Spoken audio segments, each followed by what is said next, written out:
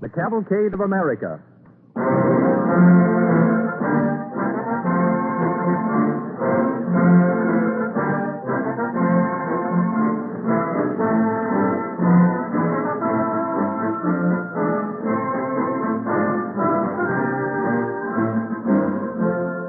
Most Americans are familiar with the names of those courageous early American explorers, Lewis and Clark, who are two of the characters in tonight's broadcast of the Cavalcade of America, presented by DuPont.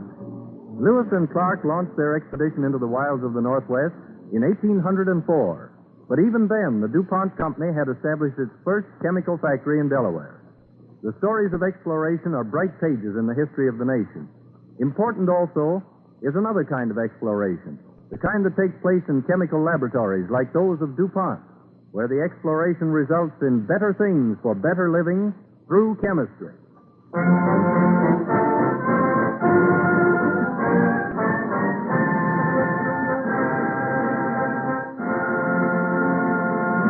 Our first story this evening takes place in the early days of the 19th century in the vast wilderness west of the Mississippi. Our Cavalcade Orchestra sets the stage with Charles Wakefield Cadman's song, From the Land of the Sky Blue Water, which is based on an American Indian theme.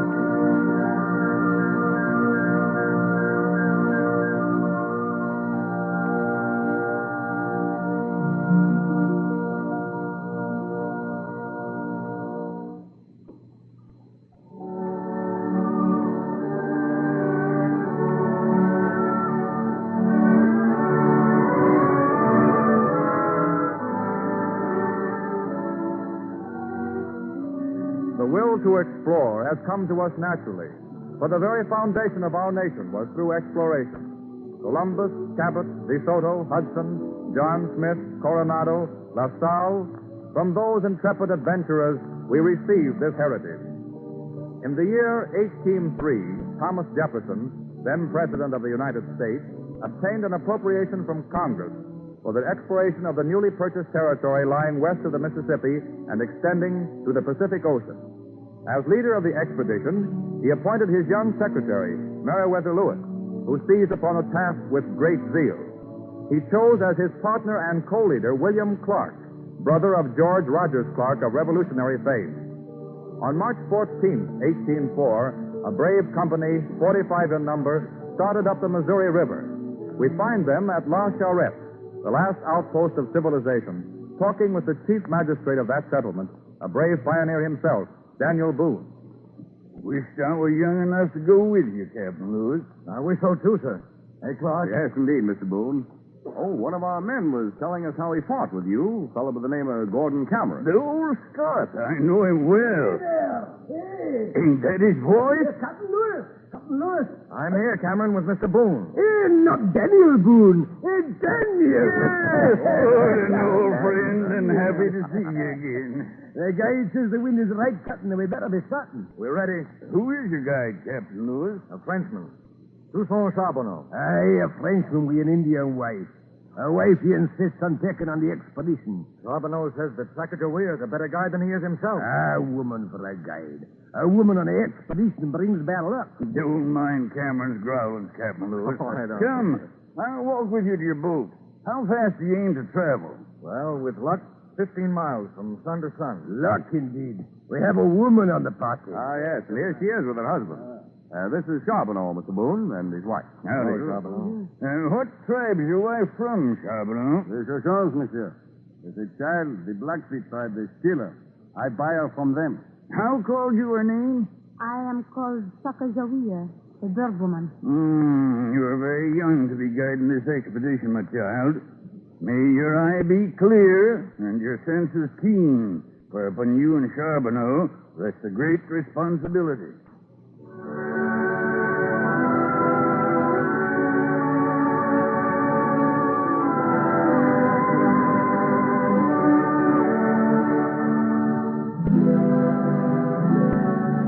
Pushing westward, the daring adventurers struggled against turbulent waters and virgin forests, against hostile savages, death-bearing insects, wild animals, heat, rain, cold. As the year went on, a son was born to Charbonneau and Sacagawea. Over a year passes. It is June 1805. We find Captain Lewis with Cameron, Charbonneau, Sacagawea, and her papoose standing in a ravine beneath an overhanging rock where they have sought shelter from a torrential rain. Once you rain soars, this brook, she soon become a raging torrent. There's no saying what may happen with a woman on the party. And now with a bear. Surely we're safe here. Often I see angry waters carry huge rocks and trees before them, bringing death to all in their path. Even as she comes now. You hear? Aye, I hear it. It is as if a dam had burst. Hold up fast to the captain, wife. Even now the water covers our feet. Hold fast, Charbonneau. You lose your footing. Cameron, give him a hand. Hey, let's see, monsieur. I cannot swim. We must get to the higher ground, and quickly. Each moment the water will see rise. Give me the child, Sacagawea. I'll hold him. Thank you, Captain. My wife, the current has swept her away. Cameron, hold the child. Here, Charbonneau, take my gun and sack. The water. They're carrying her toward this falls, monsieur. I'll get her. I'm coming, Sacagawea. Captain, wait now. Now they'll both be dragged into the rapids. Captain, watch those rocks. Look. He has reached her. They'll never stand against the torrent. Here, hold the baby. Yes, monsieur. Get it, Captain. Cameron, he brings her up. Hold fast. Hurry. I can't hold it much longer. I'm throwing it behind you, Captain, so they'll drift down to you. Here you are. I have it. He has it. Pull, Cameron. Hey, pull. Slowly. Slowly, the rope. Cut the rope. Once more, man, brave. One more pull. We'll make it this time, Captain. Good. Give me your hand there. Here now, up on the bank. There. We're safe now. Where'll I Here, wrap the cloak of mine around you. Cameron, you were giving me your cloak. After all the trouble we had to save you, it wouldn't have been sense to let you die of the cold.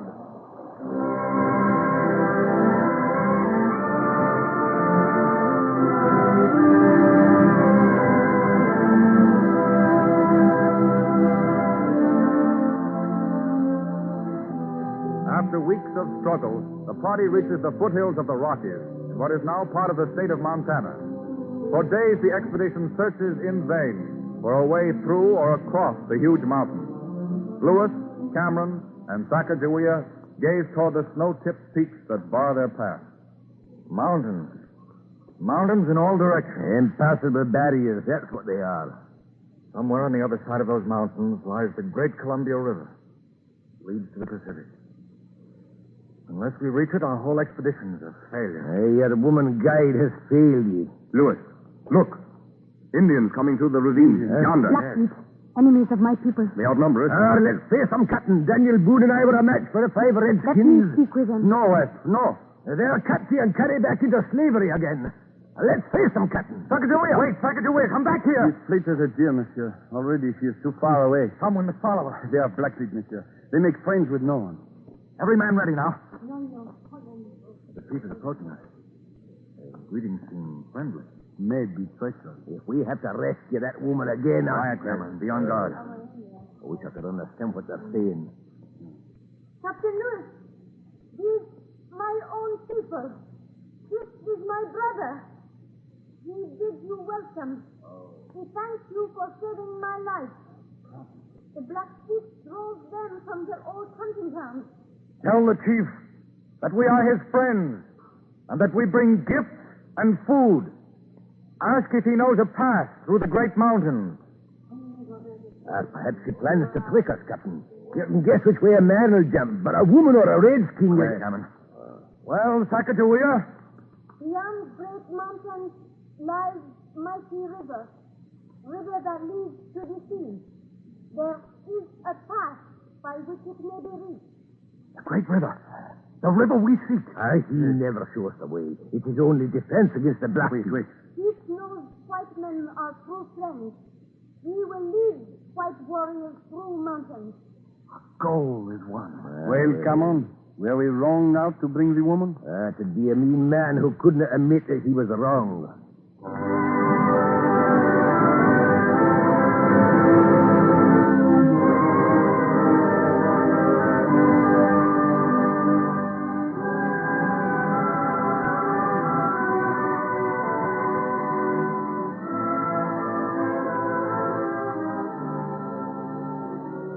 On the 15th of November, Lewis and Clark finally sighted the Pacific Ocean.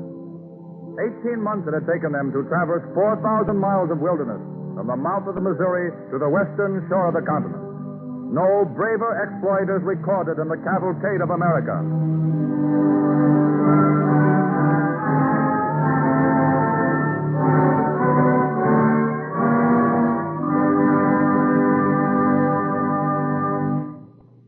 This evening's second story concerns Greeley's Arctic expedition in 1881. Much of the music of Grieg expresses the composer's impressions of his own Northland. Our Cavalcade Orchestra will set the scene with Morning Mood from Grieg's suite Peer Gynt.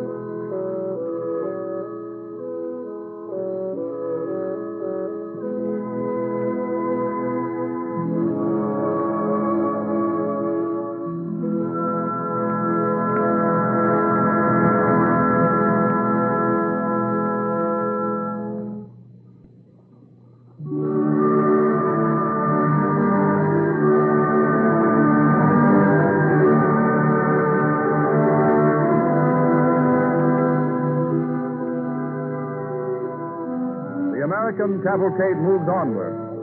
The will to explore is still a characteristic trait among Americans. It is July 7th, 1881. Adolphus W. Greeley, 37 years old, lieutenant in the United States Signal Corps, sets off for the Arctic regions with a party of 25 men. The good ship Proteus, designed as a sealing vessel, is almost ready to sail. On the dock, Lieutenant Greeley is bidding a last farewell to his wife. For 3 years, dear. It's a long time. It won't be 3 years, Henrietta. Oh, but At the end of the year, a ship is scheduled to bring us supplies. If we've accomplished our mission, we'll return then. But you told the newspapers you were taking supplies for 3 years. Well, of course. We must always be on the safe side. Oh, it all seems so terribly far away. Why must my husband go? Why was he chosen? This is a big opportunity for me, darling. There's never been an expedition so well equipped, so sure of reaching its goal. I know. Smile, dear. Smile and wish me good luck. Command the flight compliments, Lieutenant. They're ready to cast off. Thank you, Sergeant. Oh. Well, dear, time to go. Where's that smile? Ah, that's better. Oh, just come back to me safely. That's all that matters, dear. Goodbye, dear. Goodbye. Kiss the babies for me. I will. Remember, keep smiling. I will. Goodbye. Goodbye, dear. Goodbye.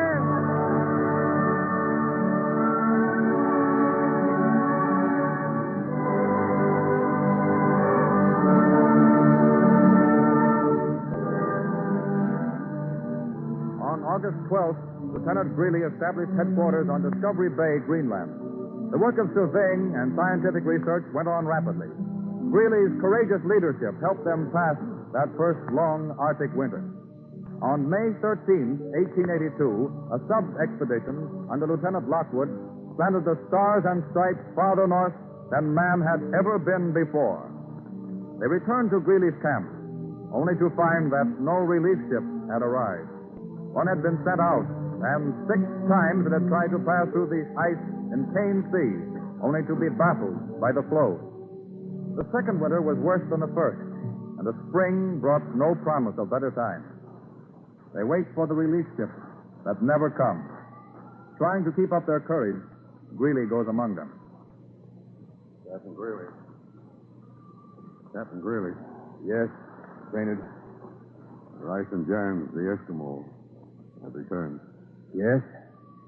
They report nothing but open sea on every side. No supplies were found. The last hope. Captain Greeley. Yes, Doctor. Lockwood is asking for you. I'll go with you at once. Brainerd, see that the flag of distress is firmly planted on the highest ground. There might still be a chance. Yes, Captain. Well, Doctor, how is Lockwood today? Very weak, Captain. He's in this tent here. Captain Greeley, Yes, Lockwood. that last trip of mine, I missed the message. Will anyone ever find it? We can only hope, my friend. If our thinking is the worst. It is easy to die. Very easy. But it's hard to struggle, to live.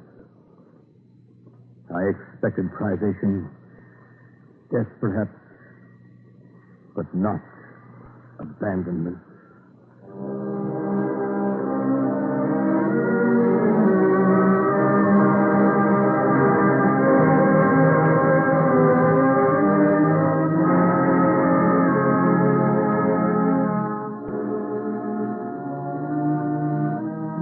Of abandonment preyed on their minds. And while they waited, the Proteus, Greeley's original ship, was sent with supplies, but was crushed in the ice pack. Almost 3 years after the start of the expedition, through the insistence of Mrs. Greeley, President Arthur sent 3 vessels, the Thetis, the Bear, and the Alert, the latter a gift from Queen Victoria and the British nation. In August, the Thetis floats amid the ice near Brevoort Island off the Greenland coast. The commander of the relief expedition, Winfield Scott Sly, is on deck as Lieutenant Caldwell returns to the ship with a searching party. Well, Caldwell, report of searching party on Brevoort Island, sir. Fog heavy, bad visibility. No sign of the Greeley party. But we did find this paper buried in a spot which was undoubtedly the remains of a supply cache. Give it to me. October 21st, 1883. My party now permanently encamped on west side of small neck of land, distant about equally from Cape Sabine and Cocked Hat Island. Rations for 40 days. A.W. Greeley. Written almost a year ago, and rations for only 40 days. Norman. Yes, sir? Full speed as the ice will permit. Make for Cape Sabine. Yes, sir. Full speed ahead, Wilson. Order the whistle to keep blowing. One man is alive. He may hear it. Yes, sir. Whistle steady.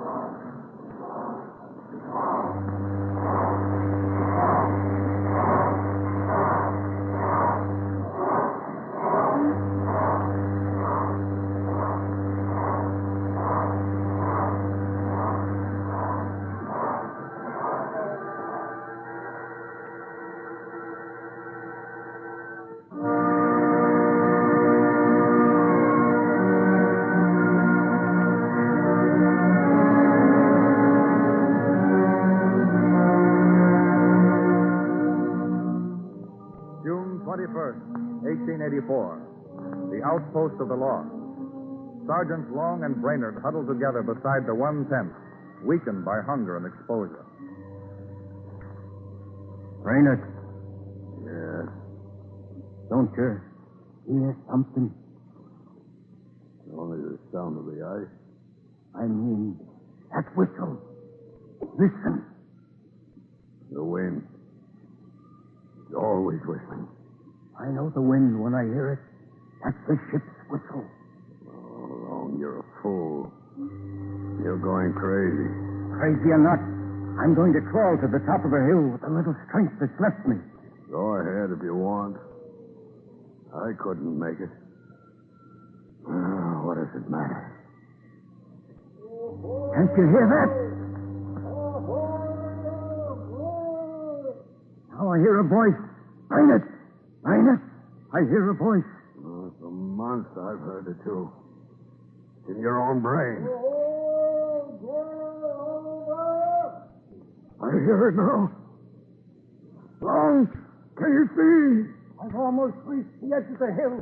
Brainerd, it's a boat. It's a boat. Steady, old man. Steady. Oh, you're real, aren't you? I've seen you so many times, only to have you disappear. We're real right enough, eh, Colwell? Yes, we sure are. How many of you left? 7, sir. Where are they? In the tent. There. Behind the bank. Come on, Norman, hurry. What? Help this man. Is Mr. Greeley alive? Just, sir. Any other officers? No, sir. And you are...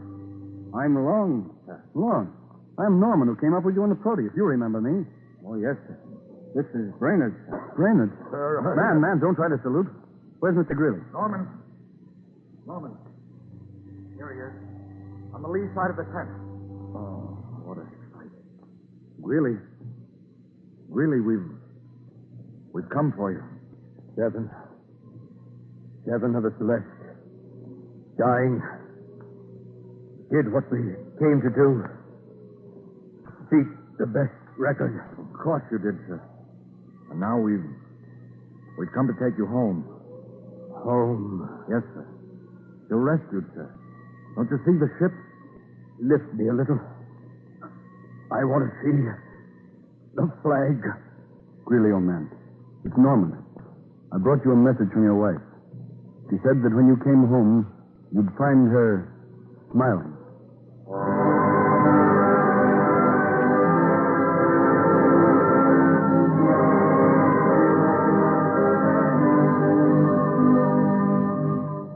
Tenderly, they carried the survivors back to their country.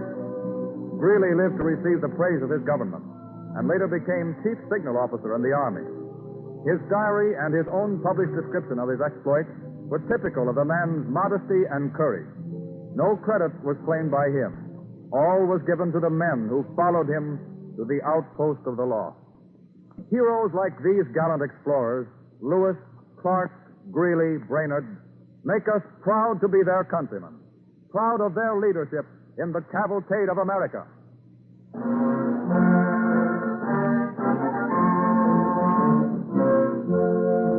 The urge to explore founded our nation, and this same trait today spurs on the research chemists to discover and create useful things.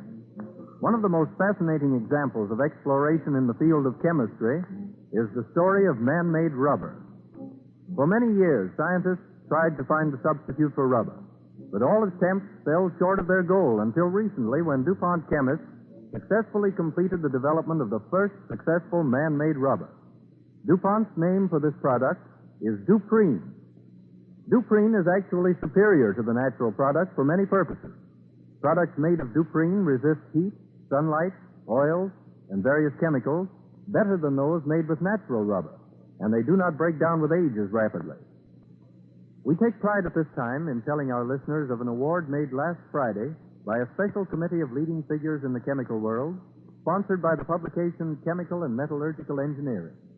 In making this award, the committee said, DuPont's slogan, better things for better living through chemistry, is a creed that molds and guides the work of thousands of chemists and engineers.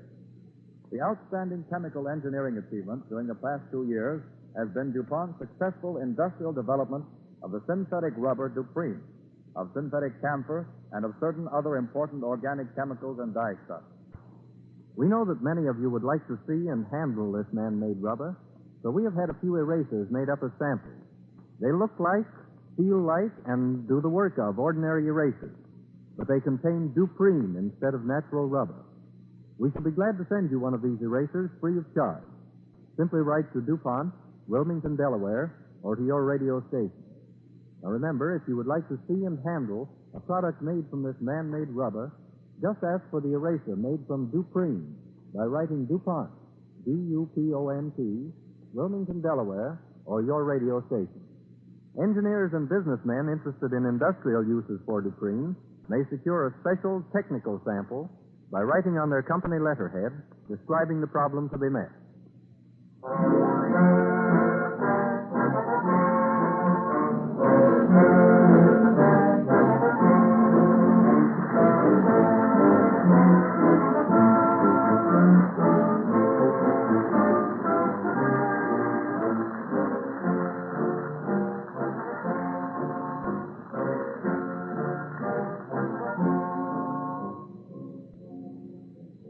Next Wednesday at this time, DuPont will again present the Cavalcade of America. This is the Columbia Broadcasting System.